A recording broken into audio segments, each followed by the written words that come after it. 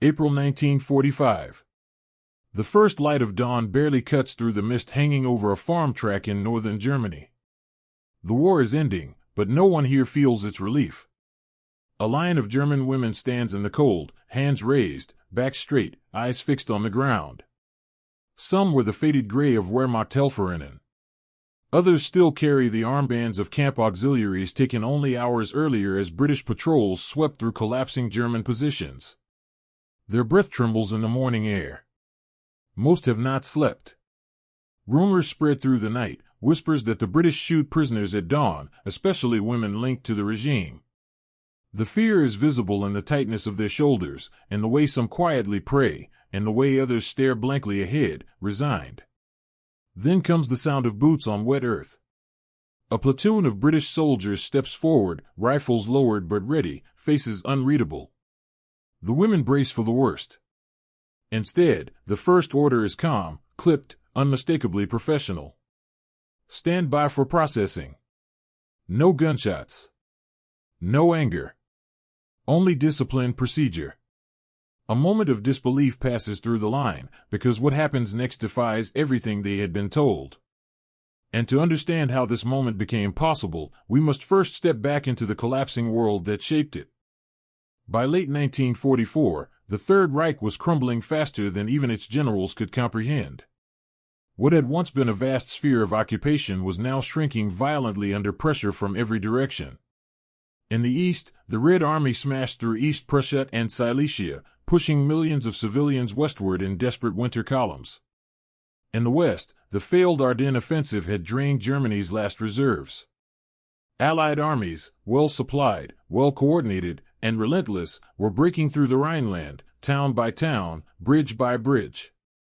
Within this collapsing landscape, the German military leaned heavily on its female auxiliaries. The Nachrichtenhelferinnen, trained for communications work, the Flakhelferinnen, deployed on anti-aircraft batteries as male crews diminished, and the SS-Offizierinnen, assigned to supervise prisoners in the sprawling network of Nazi camps. By 1945, tens of thousands of women served in these roles. Many were volunteers. Many others had been drafted through increasingly aggressive labor policies. Regardless of origin, all were caught inside a military system rapidly losing its ability to protect them. As the British Second Army and Canadian First Army advanced across the Rhine and into northern Germany, they encountered not only surrendering soldiers but also groups of these women, some in uniform, some attempting to disappear into civilian crowds, others captured near camp complexes evacuated only hours earlier. To the Allies, they were prisoners of war, to be processed like any others. But to the women themselves, the reality felt far more ominous. Chaos shaped perception more than fact. Civilians fled in every direction, fearful of the advancing Soviets and uncertain of the Western Allies. German soldiers deserted in growing numbers. Villages whispered of entire units wiped out without mercy.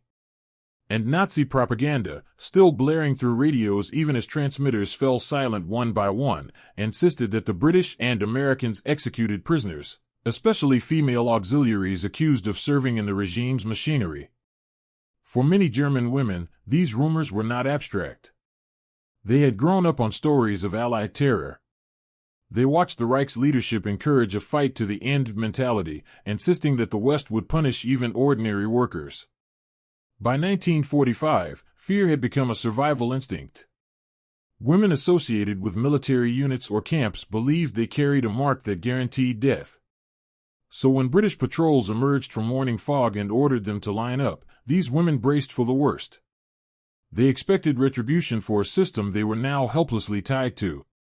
Yet the British came not as executioners, but as soldiers following clear procedure, an outcome shaped not by emotion, but by policy, discipline, and the rule of law. And to understand why this difference mattered so deeply, we must examine the British approach to prisoners of war on Germany's collapsing Western Front. British military policy in 1945 was shaped not by vengeance but by regulation. Long before entering Germany, the British Army had strict guidelines for the handling of all prisoners of war. These procedures were rooted in the 1929 Geneva Convention, which Britain had ratified and consistently followed throughout the conflict.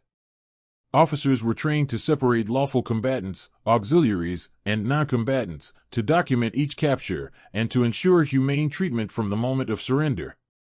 Even as the war neared its violent conclusion, these rules did not change. Yet inside Germany, few civilians believed this. Years of Nazi propaganda had cultivated a deep fear of the Allies, claiming that British and American soldiers routinely killed prisoners and would show no mercy to women who had worked for the Wehrmacht or SS. Bold headlines, radio broadcasts, and Hitler's own speeches warned that enemy forces would slaughter anyone tied to the regime, especially female guards in concentration camps. These messages weren't merely political tools. By early 1945, they were survival doctrine. For many German women, surrender felt indistinguishable from a death sentence. Actual British practice, however, told a different story. As the Second Army and Canadian First Army advanced through the Rhineland and into northern Germany, they captured several categories of female personnel. At Bergen-Belsen, British troops encountered over 60 female SS guards, some defiant, most terrified, who were immediately detained, searched, and separated for interrogation, not harmed.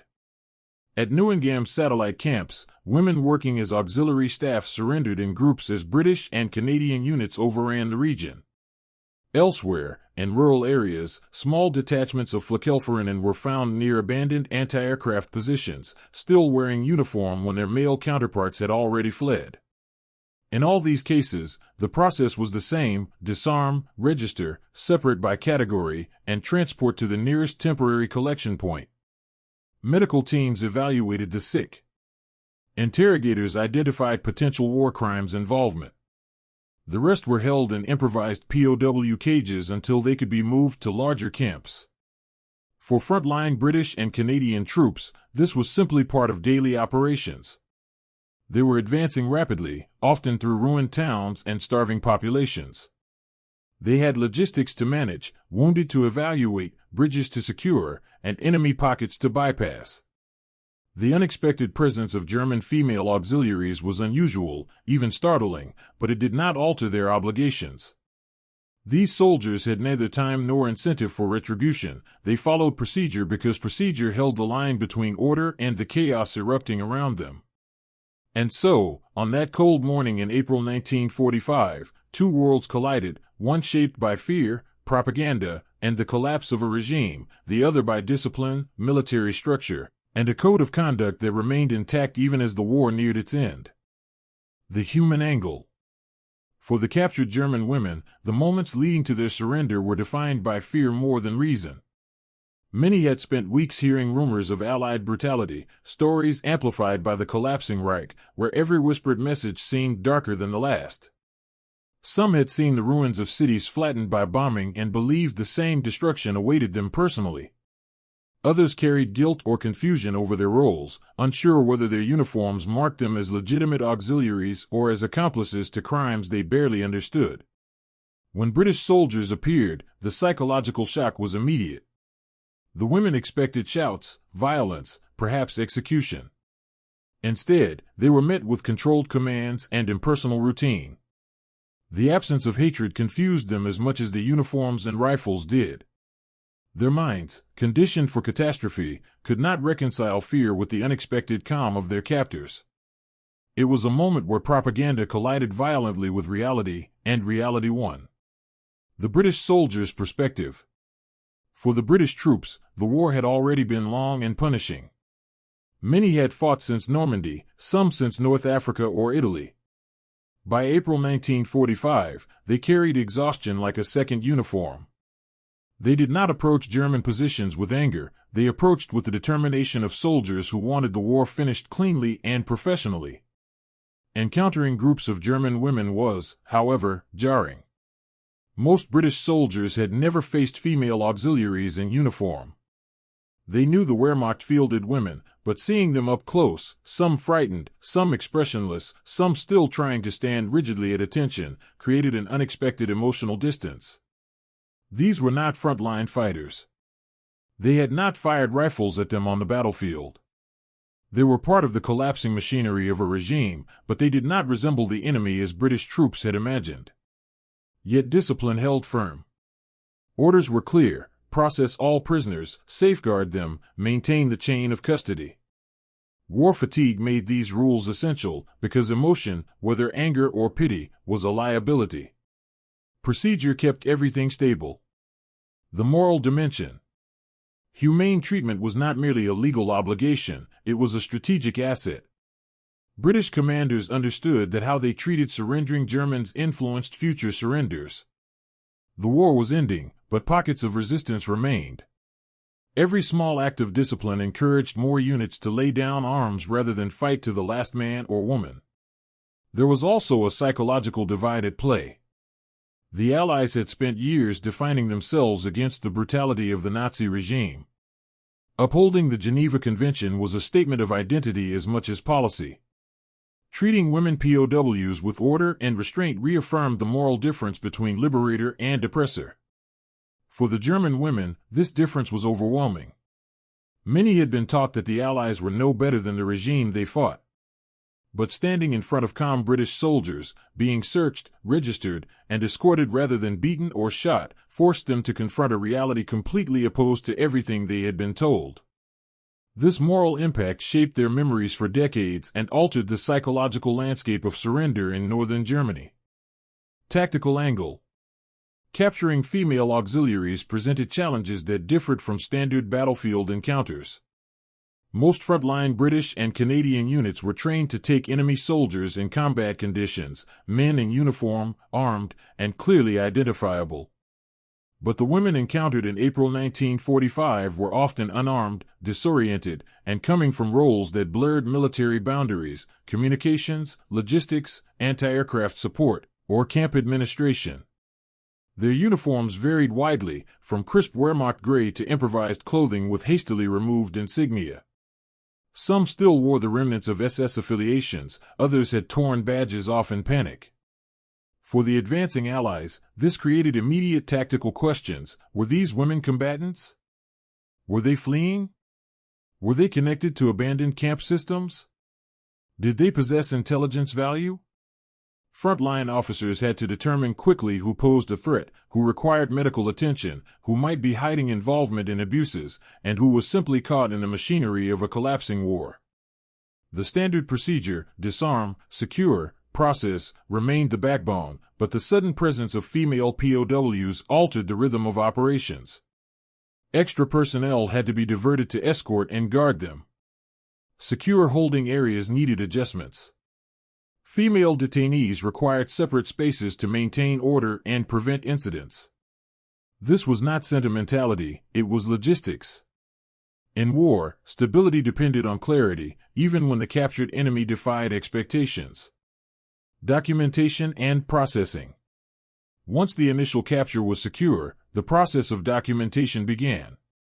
British field intelligence teams followed established procedures: identify, classify, and separate. Each woman was questioned about her role, her unit, and any prior movements. Their uniforms, insignia, and paperwork were inspected for clues. Those who admitted to serving as SS Officerherren in camp systems were immediately segregated and reported up the chain of command for specialized interrogation. Processing was rigorous but orderly. Women working as radio operators or clerks were questioned for intelligence value, communication codes, call signs, or troop movements. Flakhelferinnen were often asked about anti-aircraft positions and radar sites. Those linked to camps were examined for their duties, chain of authority, and any knowledge of mistreatment or evacuations.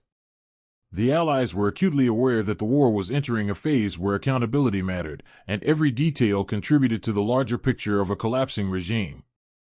For the majority, however, the process was straightforward. They were auxiliary staff, legally POWs under the Geneva Convention. After basic processing, they were moved to temporary holding pens, then to larger internment facilities.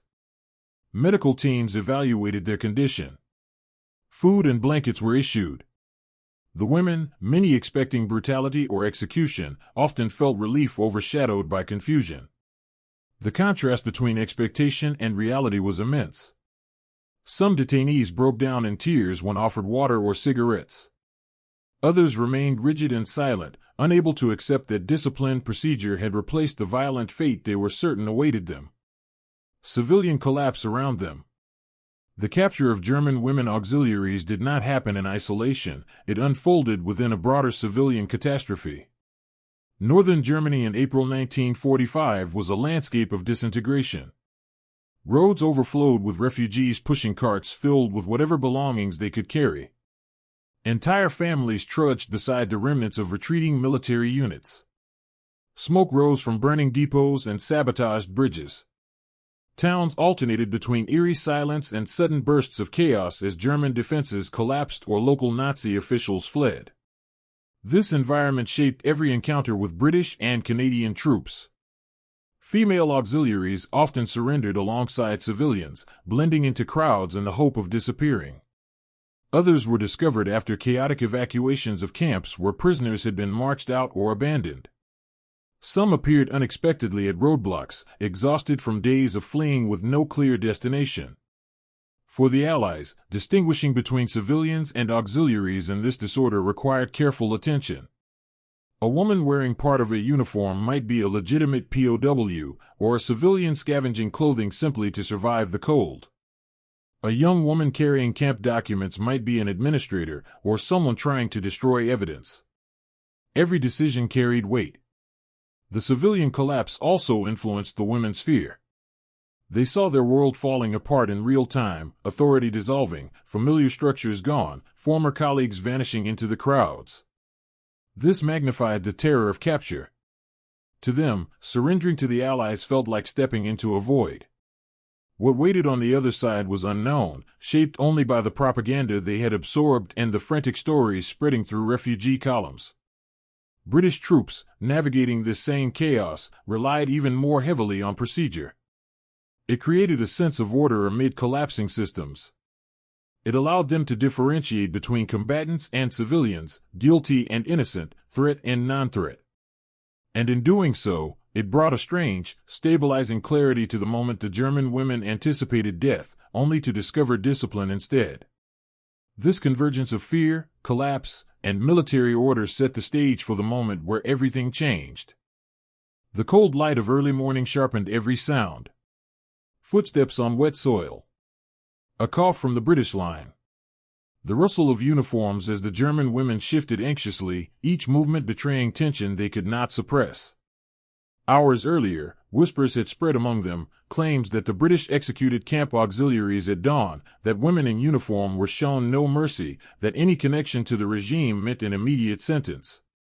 Some had heard these rumors for months, others only learned them as German positions collapsed overnight. But in the darkness, fear grows quickly.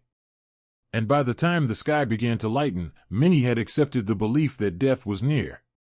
Now, as British soldiers approached, the tension reached its peak. The platoon moved with deliberate caution. They had been briefed about the presence of surrendering auxiliaries, an unusual encounter on an otherwise unpredictable advance. Ahead of them stood a cluster of women, some stiff with dread, some trembling, others frozen in a quiet, resigned stillness. Their attire varied, Wehrmachthelferinnen with tidy insignia, flak auxiliaries with worn armbands, and a few whose clothing showed traces of camp service despite attempts to obscure it. The British halted several meters away. Rifles angled downward but ready. Silence stretched across the cold air, broken only when a young corporal stepped forward and issued the first command in a steady voice. Hands visible. Stay where you are. The women obeyed instantly, bracing for what they believed would follow. From their perspective, the scene resembled an execution lineup, troops standing in formation, quiet orders exchanged, the early dawn providing the solemn atmosphere they had dreaded. Some quietly whispered prayers. Others stared straight ahead, refusing to show fear. A few fought to steady their breathing, preparing for an ending they felt powerless to escape. But the British soldiers had not come to deliver punishment. The platoon sergeant consulted a clipboard, exchanged a brief nod with an officer, and issued a different order, one completely at odds with the women's expectations. Section A, secure the perimeter. Section B, prepare for prisoner processing. The words cut through the tension like a physical force. Processing. not execution. The British began setting up a basic intake area, 2 soldiers marking positions in the dirt, another with drawing pads of forms, others readying canteens and blankets. It was a scene the women had never imagined, structured, methodical, and entirely procedural. Confusion rippled through the German group. Some glanced at each other in disbelief. A few began crying quietly, tears of shock rather than relief. Those who had prepared themselves to meet death now struggled to understand what was happening. The confrontation had reached its turning point. Instead of the violence they feared, they witnessed a display of professional military order, one that stood in stark contrast to the collapsing chaos behind them. A moment that was supposed to end in gunfire instead became the beginning of something profoundly different. Once the initial shock passed, the British troops began the formal processing of the captured women.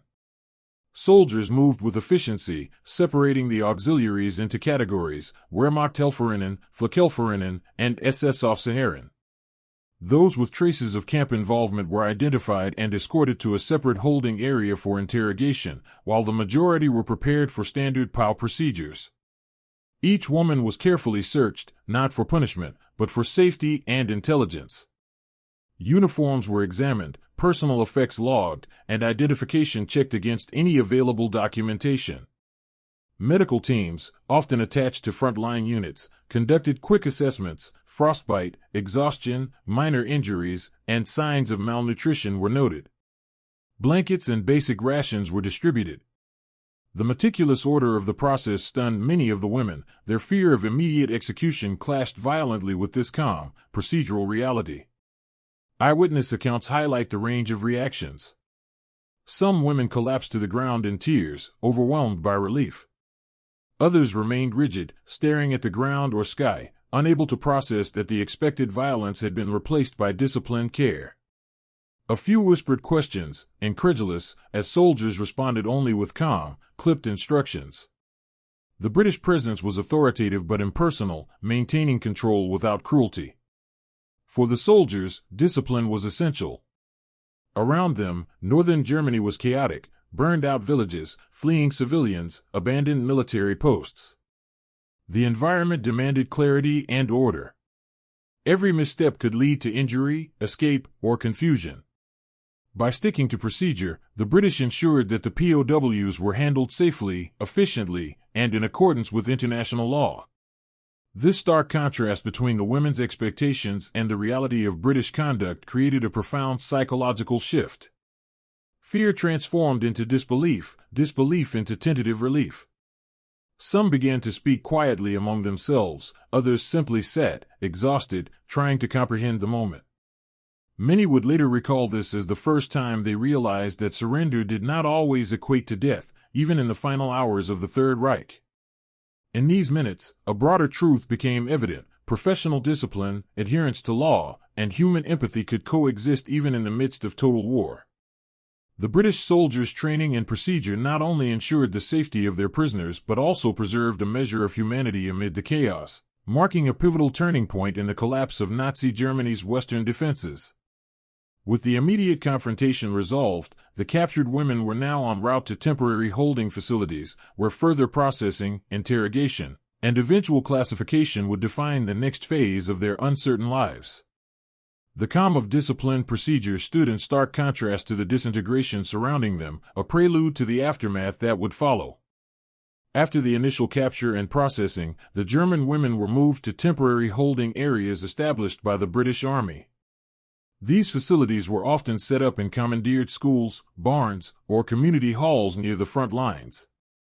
The conditions were basic but functional: cots or blankets on wooden floors, minimal heating, and carefully rationed food and water. Medical teams conducted thorough examinations, treating minor injuries, frostbite, and the effects of exhaustion from forced marches or days spent fleeing advancing forces. Those with more serious conditions were evacuated to field hospitals, ensuring that no prisoner was left without care. Interrogations followed swiftly but systematically. British intelligence officers questioned the women regarding their military roles, knowledge of local troop movements, and possible involvement in atrocities.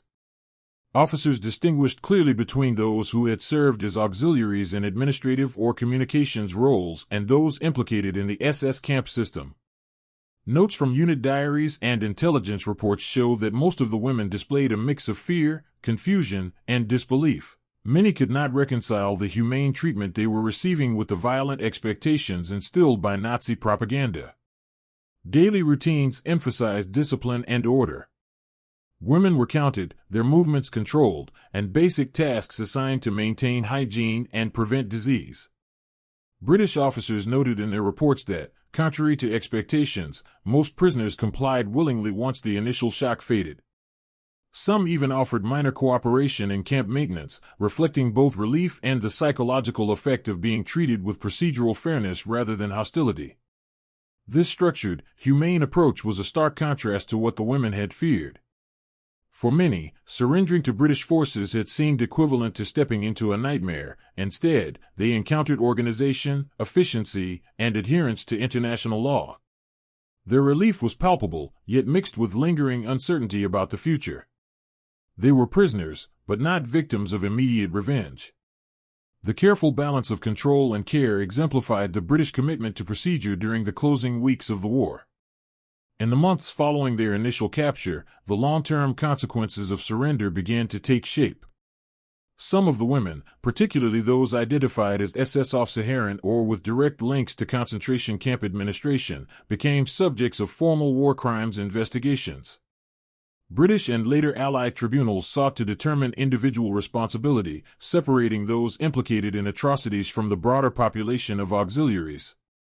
Court records and tribunal documents indicate that only a minority faced prosecution. The majority were found to have served in non-combatant or administrative roles and were eventually cleared for repatriation.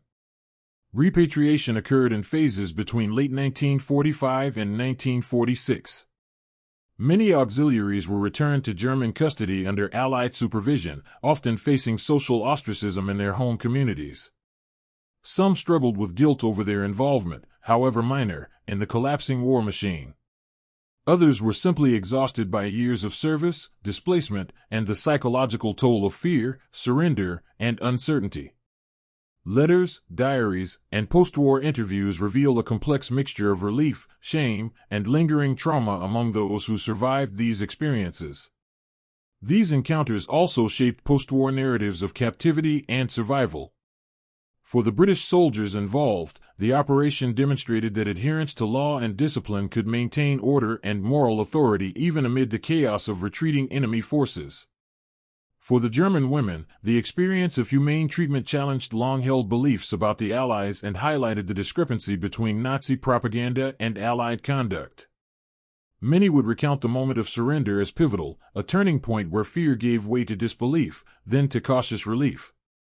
It was an experience that underscored the fragility of wartime ideologies and the enduring importance of disciplined procedure. Ultimately, these events left an imprint on both individual and collective memory.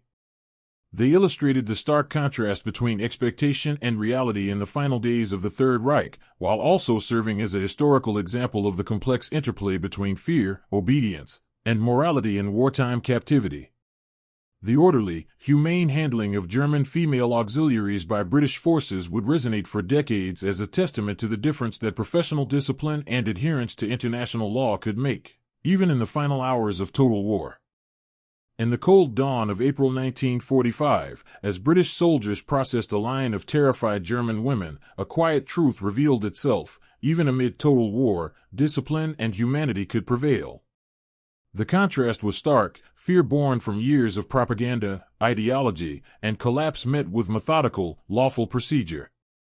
No violence, no vengeance, only structure and order. It was a moment that exposed the fragility of fear when confronted with fairness and restraint.